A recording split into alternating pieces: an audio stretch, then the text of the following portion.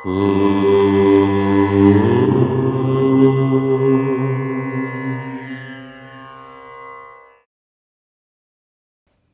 గణేశ శారదా దత్తాత్రేయ సద్గురు పరబ్రహ్మణే నమః.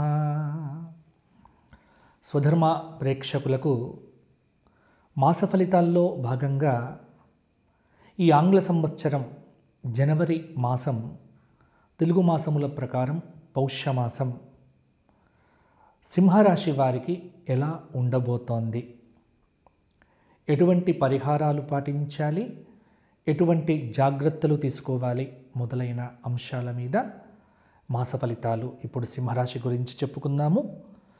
మఘా నక్షత్రము 4 పాదాలు, పుబ్బా నక్షత్రము 4 పాదాలు, ఉత్తరా నక్షత్రము 1వ పాదం కలిస్తే సింహరాశి అవుతుంది. సింహరాశి వారికి బృహస్పతి దశమ స్థానంలో ఉన్నాడు. అంటే కొంత వృధా ప్రయాణాలు కావచ్చు, తిప్పటాలు, మానసిక అలజడి మొదలైనవి ఉంటాయి. సప్తమ స్థానంలో ఉన్నటువంటి శనైశ్చరుడు ఈ మాసంలో కొంత జాగ్రత్తలు సూచిస్తూ ఉన్నాడు. అష్టమ స్థానంలో ఉన్నటువంటి రాహువు మనోవిచార సూచనలు, ఉద్యోగపరంగా అసంతృప్తి మొదలైన ఫలితాలు. ద్వితీయ స్థానంలో ఉన్నటువంటి కేతువు కొంత అపకీర్తి రాకుండా జాగ్రత్త పడితే సరిపోతుంది. వెరసి ఈ మాసం అంతా అంటే ఈ పుష్యమాసము సింహరాశి వారికి ఎలా ఉంటుంది అంటే, కుజుడు కొంత జనవరి 21వ తేదీ వరకు కూడా కుజుడు కొంత శుభమైన ఫలితములను ఇవ్వబోతూ ఉన్నాడు మిథున రాశిలో. అలాగే బుధుడు కూడా 24వ తేదీ పర్యంతము కూడా కొంత అనుకూలంగానే ఉన్నాడు.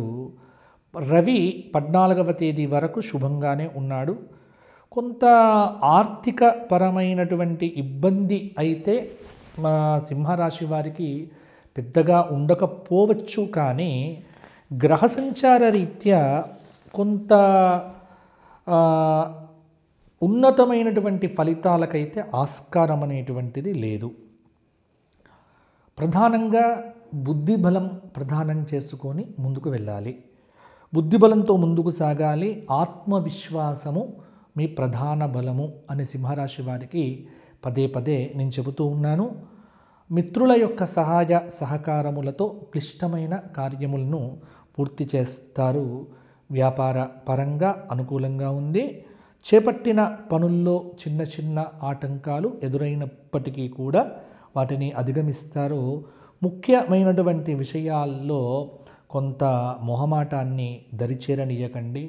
వివాదాలకు ఎంత వీలైతే అంత దూరంగా ఉండే ప్రయత్నం చేయండి. ప్రయాణాలు చేస్తే కనుక జనవరి నెల 20 నుంచి 26వ తేదీ వరకు మాత్రం కొన్ని జాగ్రత్తలు తప్పకుండా తీసుకోవలసి వస్తుంది.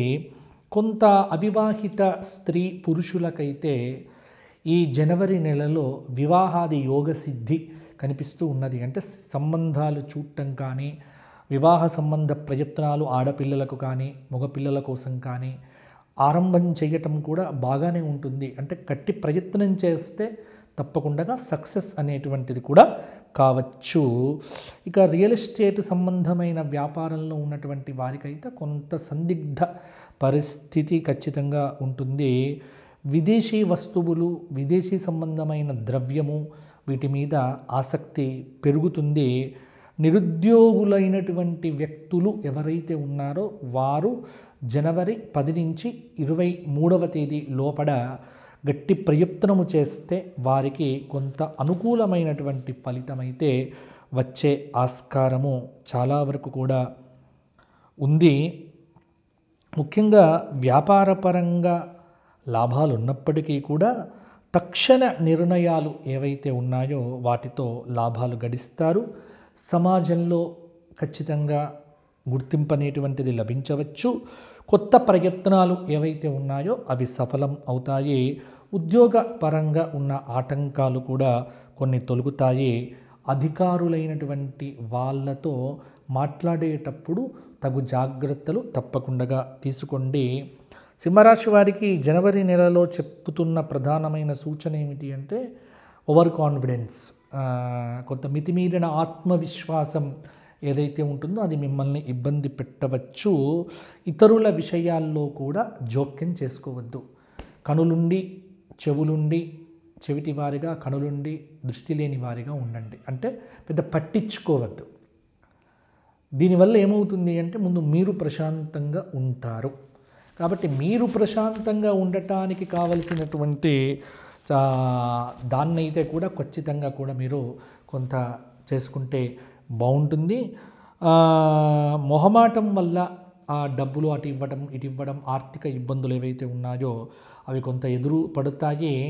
కాబట్టి ఆర్థికపరమైనటువంటి అంశములలో పెద్ద ఇబ్బంది లేకపోయినప్పటికీ కూడా కొంత వ్యాపారపరంగా కావచ్చు అప్పులు చేయకండి. ఉన్నటువంటి వాటితో సరిపుచ్చుకోవటం అనేటువంటిది కూడా బాగుంటుంది. ముఖ్యమైనటువంటి విషయాల్లో కీడించి మేలించే సూత్రాన్ని తప్పకుండా పాటించటం చాలా వరకు కూడా మంచిది. ముఖ్యమైనటువంటి విషయాల యందు కూడా తొందరపాటు నిర్ణయాలు ఈ మాసంలో కూడా ఎక్కువగా తీసుకోవద్దు. కాలాన్ని వృధా చేసుకోవద్దు. వృత్తిపరంగా వ్యాపారపరంగా కొంత ఏకాగ్రత అనేటువంటిది కూడా అవసరమవుతుంది. అలాగే పని చేయడం ద్వారా, మాట్లాడుకోవటం ద్వారా, కుటుంబ పరంగా భార్యాభర్తలు ఇద్దరు కూడా కొంత సమిష్టిగా మాట్లాడుకోవటం, ఇటువంటి పనుల ద్వారా కొంత అనుకూలత అనేటువంటిది కూడా పెరుగుతుంది. మొత్తానికి రాజకీయ నాయకులకు కూడా పదవీ యోగ ప్రాప్తి వచ్చే ఆస్కారం కూడా ఉంది. కాబట్టి కొంత బాగానే ఉంటుంది సింహరాశి వారికి. ఇక సింహరాశి వారికి అదృష్టయోగం కనుక ఈ మాసం జనవరి నెలలో చూసుకున్నట్లయితే 36% అదృష్టయోగం అనేటువంటిదైతే ఉంది. కొంత నవగ్రహ ఆరాధన అంటే ప్రతిరోజు కూడా అది నవగ్రహ స్తోత్ర పారాయణము, వీలైతే మీ సమీపంలో ఉన్న శివాలయంలో నవగ్రహ ప్రదక్షిణములు 9 చేయండి. సోమవారం నాడు శివాపరాధ క్షమాపణ స్తోత్రము, సంధ్యాకాలంలో శివాలయంలో నువ్వుల నూనెతో దీపారాధన చేసి శివ సహస్రనామ స్తోత్ర పారాయణం వినటం కానీ చేయటం కానీ 4 సోమవారాలు చేస్తే ఆర్థిక పరమైన అనుకూలత కూడా కొంత పెరుగుతుంది. అలాగే ముఖ్యమైనటువంటి విషయాలలో తొందరగా పనులు కావటానికి, ఆటంకాలు తొలగిపోవటానికి సంకష్టహర చతుర్థి, ఈ మాసంలో వచ్చేటువంటి సంకష్టహర చతుర్థి రోజున గణపతి సహస్రనామ స్తోత్ర పారాయణం చేసి గణపతికి గరికను సమర్పిస్తే చక్కటి ఫలితాలు మీ సొంతం అవుతాయి. అలాగే సింహరాశి వారు వ్యక్తిగతంగా ఎవరైనా నాతో మాట్లాడాలి అని అనుకుంటే కనుక కింద కనిపిస్తున్న నెంబర్కు ఫోన్ చేసి నాతో మాట్లాడవచ్చు. అపాయింట్మెంట్ తీసుకోవటం తప్పకుండా ఉంటుంది. అపాయింట్మెంట్కి సంబంధించిన వివరాల కోసం ఆ కింది ఫోన్ నెంబర్కు ఉదయం 8 గంటల నుంచి సాయంత్రం 8 గంటల లోపు కాల్ చేయండి. ఒకవేళ మీరు చేసిన సందర్భంలో వారు కాల్ రిసీవ్ చేసుకోలేకపోయినప్పటికీ కూడా మీతోని తర్వాత కాల్ చేసి మాట్లాడుతారు.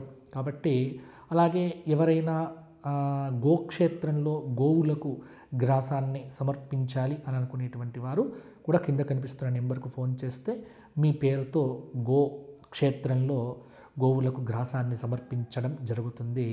కాబట్టి మా ఛానల్ను కొంత అందరూ కూడా సబ్స్క్రైబ్ చేయండి. మీ అందరి సహకారం అవసరం. మరలా వచ్చే మాసం కలుసుకుందాము. అంతవరకు సెలవు. జై శ్రీరామ్, జై శ్రీరామ్, జై శ్రీరామ్.